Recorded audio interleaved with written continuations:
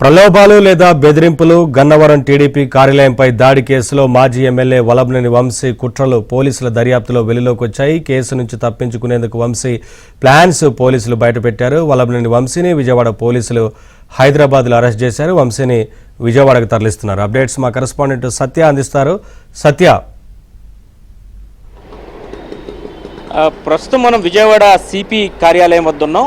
ఈరోజు ఉదయం 6-6:30 ప్రాంతంలో హైదరాబాద్లోని గచ్చిబౌలి దగ్గర ఉన్నటువంటి రాయగడ ప్రాంతంలో గచ్చిబౌలి వద్ద వంశీని అరెస్ట్ చేస్తున్నట్టుగా మనకు తెలుస్తుంది. ఆయన అక్కడి నుంచి పోలీసులు విజయవాడకు తరలిస్తున్నారు. అయితే అరెస్ట్ చేసిన 24 గంటల్లోపు న్యాయమూర్తి ముందు ప్రవేశపెట్టాల్సి ఉంటుంది. కాబట్టి ఈ అర్ధరాత్రికి లేదా రేపు ఉదయం 6 గంటలలోపు ఎప్పుడైనా సరే ఆయన్ను కోర్టు ముందు న్యాయమూర్తి ముందు ప్రవేశపెట్టే అవకాశం ఉంది. ఇదే సమయంలో ఆయన్ను విజయవాడ తీసుకురాగానే ముందుగా ప్రభుత్వ ఆసుపత్రికి తీసుకెళ్లి పరీక్షలు చేయించిన తర్వాతే న్యాయమూర్తి ముందు అయితే ప్రొడ్యూస్ చేయాల్సిన అవసరం ఉంది. ఇదే సమయంలో తీసుకుంటే కనుక ఆయన మీద ప్రధానంగా కొన్ని కీలకమైనటువంటి అభియోగాలు అయితే పోలీసులు మోపారని చెప్పుకోవచ్చు. ముఖ్యంగా కిడ్నాప్, బెదిరింపులు, ప్రలోభాలకు సంబంధించినటువంటి కేసులు ఆయన మీద నమోదు చేశారు. టీడీపీ కార్యాలయం గతంలోనే ఆయన మీద టీడీపీ కార్యాలయంలో పైన దాడి చేసిన కేసులో 71గా ఆయన్ను అప్పట్లో ఉండడం జరిగింది. అదేవిధంగా ఈయనతో పాటు 88 మంది పైన కూడా కేసులు నమోదు చేశారు. వీరిలో చాలామందిని అరెస్ట్ చేసినప్పటికీ 14 నుంచి 16 మంది వరకు కూడా ఇంకా అరెస్ట్ చేయాల్సి ఉంది. అయితే టీడీపీ కార్యాలయంలో పనిచేస్తున్న కంప్యూటర్ ఆపరేటర్ అయినటువంటి సత్యవర్ధన్ అప్పుడు ఇచ్చినటువంటి ఫిర్యాదు మేరకు ఈ అరెస్టులన్నీ కూడా జరిగాయి. అయితే ఈ కేసులో ఇరుక్కుపోతున్న తరుణంలో అంటే హైకోర్టులో కూడా ప్రస్తుతం బెయిల్ పిటిషన్ వంశీది పెండింగ్లో ఉంది. ఈ టైంలో ఈ కేసులు ఇరుక్కుపోతామని తెలుసుకున్న వంశీ ఎవరైతే కేసు పెట్టడం జరిగిందో టీడీపీ ఆఫీస్ కార్యాలయం మీద దాడి జరిగిన సమయంలో తాము ఉన్నాం, ఈ విధంగా దాడి చేశారని కేసు ఎవరైతే పెట్టారో అతన్ని సత్యవర్ధన్ని కిడ్నాప్ చేసి తీసుకువెళ్ళి బెదిరించి కేసు విత్డ్రా చేసేలాగా అఫిడవిట్ వేయించారనేది ప్రధానమైనటువంటి అభియోగం.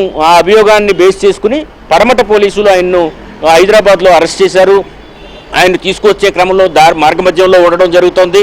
అయితే ఈ కేసులో ప్రధానంగా చూస్తే కనుక ప్రలోభాలకు గురి చేయడం కావచ్చు, అదేవిధంగా బెదిరించి కేసును విత్డ్రా చేయించుకోవడం లాంటి పనులు ఇన్ని చేశారు.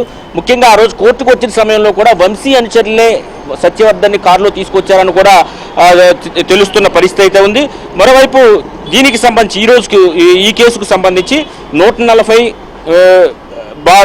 308 351/3 రెడ్ విత్ 3/5 కేసులు నమోదు చేసినట్టుగా తెలుస్తోంది పడమట పోలీసులు. ఈ కేసుల్లో వంశీని అదుపులోకి తీసుకున్నారు. కేవలం వంశీయే కాదు, వంశీతో పాటు వలభనేని వంశీతో పాటు మరికొందరు కూడా ఈ కేసులో ఉన్నట్టుగా తెలుస్తోంది.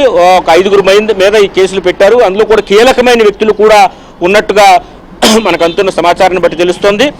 వంశీని ఇప్పటికే హైదరాబాద్ నుంచి తీసుకొచ్చేటప్పటికీ కూడా ముందుగా ఆసుపత్రికి తీసుకెళ్లి పరీక్షలు చేసిన తర్వాతే న్యాయస్థానం ముందు లేదా న్యాయమూర్తి ముందు ఈ రాత్రికి ప్రవేశపెట్టే అవకాశాలు ఉన్నట్టుగా మనకు తెలుస్తోంది. మరోవైపు ఏదైతే టీడీపీ కార్యాలయం సంబంధించి పిటిషన్ ఎవరైతే కేసు వేశారో అతన్ని బెదిరించే క్రమంలో మరొక తప్పిదానికి పాల్పడినట్టుగా మనకు కనిపిస్తుంది. ఇది కేవలం వంశీ ఆ కేసు నుంచి భయపడడానికి చేసిన ప్రయత్నంలో ఇంకో కేసులో ఇరుక్కున్నారని మనం భావించాల్సి ఉంటుంది. Thank you Satya, thanks for the updates.